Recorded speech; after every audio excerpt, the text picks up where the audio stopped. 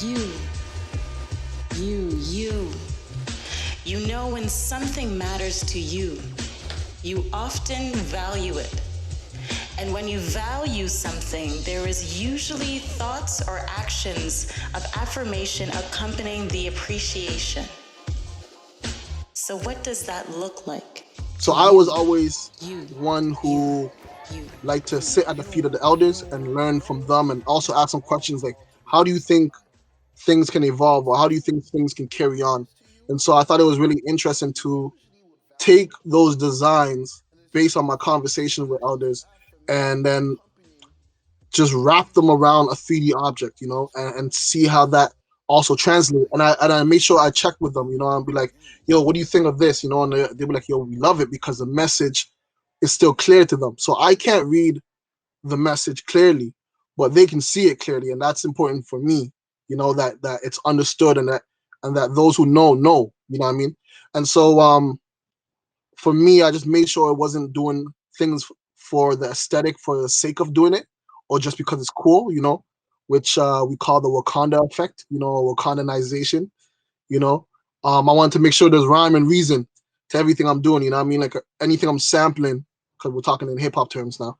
Anything I'm sampling, I'm making sure there's a reason why I'm sampling it, and there's a purpose. And I did my background check to get that sample cleared. You know what I mean? Okay. So there is an instructive carved into your piece. It reads, "Value Black Lives." What does value look like to you? What Mm, specific behaviors might you want your monument to induce amongst the general population or audiences of your art? damn, damn. Who came up with these questions, man? Come on, man! If you're telling people what to do, now they're gonna be like, they're gonna watch Well, the video and be like, "What does this monument mean?" And then you could just tell them exactly what to do. that's a really interesting thing because that's something I never wanted to do.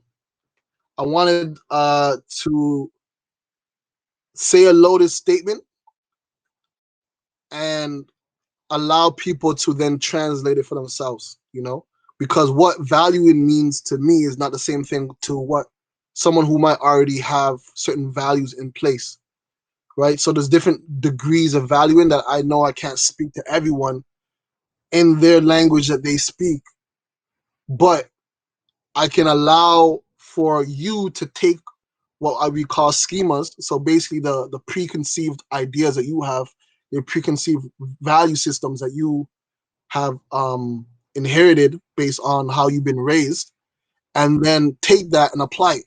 Really, I'm bringing into question, how do you value things, and how do you value then people, right? If you don't see people as a thing, you know, and then making that connection. And so um, I bring into the question of like, how are you investing in what you value? How do you save the things that you value? How do you preserve the things that you value?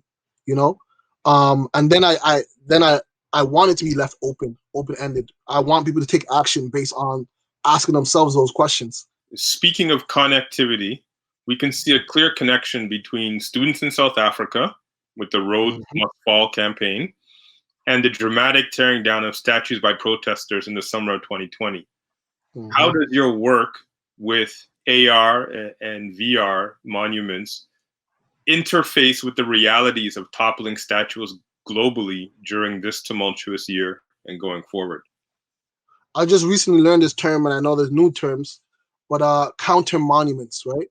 An idea for counter monument is something that's dialogical, which means that it's in conversation with other monuments, like it's opposing, or it's in juxtaposition to another monument or monuments. And a counter monument is different because of its subject, because of how one experiences it, what it means, where it's represented, how it's represented, et cetera, et cetera. So by default, the augmented reality monument or piece is a counter. And as a counter, it then says, well, how do we change what actually exists? Can we change it by making this actually exist? Or can we change it by how we actually read these and engage with these other monuments? So there's different levels of reevaluating engagement, right? Because I personally feel like the reason why we've seen this huge upset is because we don't see the balance in the narrative, right? So South Africa history is deep, you know, and it runs, you know, thousands of years, where they already had their education system before the British came and before the Dutch and before the Germans.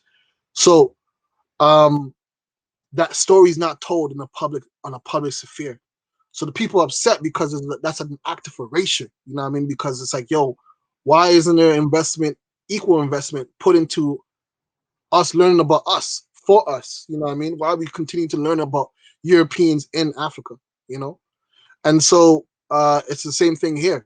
The augmented reality just offers a small tipping of the scale in terms of trying to shift the narrative. So now there's a narrative that's there, but we're like, okay, that's there digitally, but now how can we maybe make it physical, or how can we make it more accessible? So I think what makes it interesting is that it's accessible in the means of, if you have the privilege to own a smart device, then you have access to that knowledge, and you have access to now, and it creates a lot of conversations, which is what my art is meant to do, but not just my art, but art in general. I feel like, not that I feel like, but art is the evolution of thought.